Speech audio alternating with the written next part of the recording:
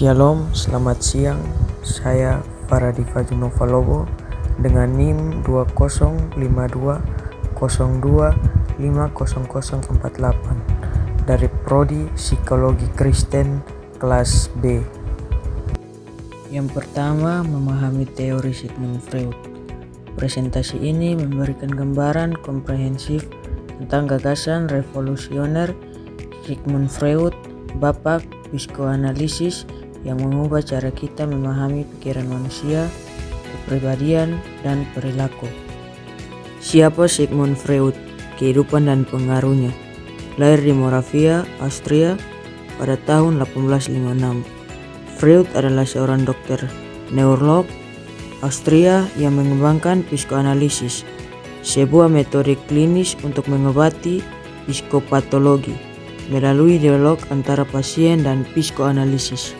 Yang pertama, pengaruhnya meluas ke psikologi, sosiologi, seni, dan kritik sastra.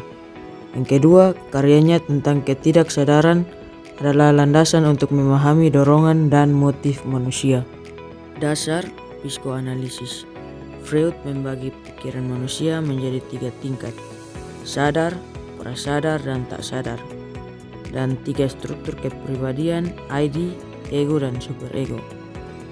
Yang pertama, ID, prinsip kesenangan, dorongan insting primitif, kebutuhan dan keinginan. Yang kedua, ego, prinsip realitas, mediator antara ID dan realitas luar, mencapai kepuasan ID secara realitis. Yang ketiga, alam bawah sadar, gudang pikiran, memori, dan dorongan yang tidak dapat diakses secara sadar tetapi mempengaruhi perilaku. Yang keempat, superego, prinsip moral, suara hati, menampung nilai-nilai standar, moral, dan cita-cita yang dipelajari dari orang tua dan masyarakat. Tahap perkembangan psikoseksual. Pembentukan kepribadian melalui fokus pada zona erogen. Yang pertama, oral, 0-1 tahun. Zona fokus mulut, kepuasan melalui mengisap, menggigit, mengunyah. Fiksasi dapat menyebabkan kebiasaan oral di masa dewasa. Yang kedua, anal, 1-3 tahun. Zona fokus anus, kepuasan terkait dengan buang air besar atau kecil, dan pelati toilet, konflik dengan kontrol. Yang ketiga, falik, 3-6 tahun. Zona fokus alat kelamin, munculnya minat pada perbedaan jenis kelamin, dan kompleks Oedipus atau Elektra. Yang keempat, laten, 6 pubertas. Energi seksual ditekan, fokus pada pengembangan keterampilan sosial dan intelektual. Yang kelima, genitial, pubertas. Zona fokus alat kelamin, pembentangan minat seksual, dan pencarian hubungan dewasa yang sehat. Mekanisme pertahanan diri. Strategi tak sadar untuk mengatasi kecemasan ketika ego merasa terancam oleh konflik antara ID dan superego. Ia menggunakan mekanisme pertahanan diri untuk mengurangi kecemasan. Yang pertama, represi, mendorong pikiran atau ingatan yang mengancam ke dalam bawah sadar. Yang kedua, proyeksi, mengiatkan dorongan atau perasaan yang tidak dapat diterima pada orang lain. Yang ketiga, sublimasi, mengalihkan dorongan yang tidak dapat diterima ke perilaku yang lebih konstruktif dan diterima secara sosial, misalnya menjadi seniman. Yang keempat, rasionalisasi, menciptakan alasan logis dan dapat diterima secara sosial untuk perilaku yang didorong oleh motif tak sadar. Kompleks Oedipus dan Elektra, konflik awal yang membentuk identitas seksual dan gender.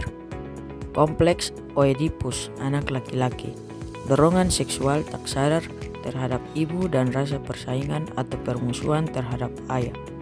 Berakhir ketika anak laki-laki mengidentifikasi diri dengan ayah untuk mengatasi kecemasan kastrasi. Kompleks Elektra, anak perempuan, kecemburuan terhadap ayah dan persaingan dengan ibu. Konsep ini kurang dikembangkan oleh Freud dan lebih banyak dipopulerkan oleh Carl Jung. Berakhir ketika anak perempuan mengidentifikasi diri dengan ibu. Mimpi jendela menuju alam bawah sadar.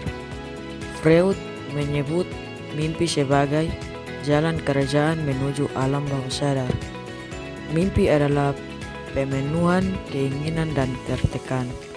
Melalui analisis mimpi, terapis dan mengakses konflik dan keinginan yang tersembunyi di alam bawah sadar. Kritik terhadap teori, batasan, kontroversi, dan tantangan modern. Kurangnya bukti empiris. Banyak konsep Freud seperti id, ego, dan superego bersifat abstrak dan sulit untuk diuji secara ilmiah atau difalsifikasi. Fokus berlebihan pada seksualitas. Kritik karena terlalu menekankan dorongan seksual dan agresi sebagai motivator utama perilaku manusia. Non-representatif.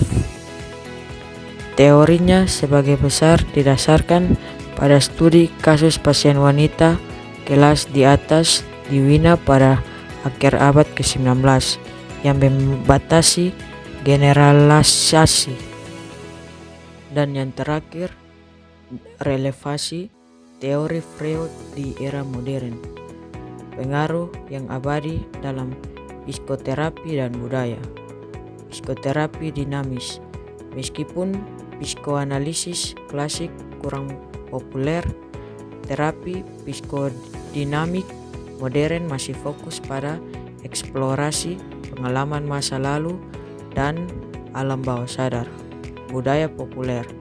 Istilah Freud seperti salah ucap Freud dan ego telah meresap ke dalam bahasa sehari-hari dan analisis budaya. Dasar teori lain. Gagasan Freud menjadi titik awal bagi banyak teori psikologi modern, termasuk teori neo-Freudian dan psikologi humanistik. Sekian dan terima kasih. Tuhan Yesus memberkati dan shalom.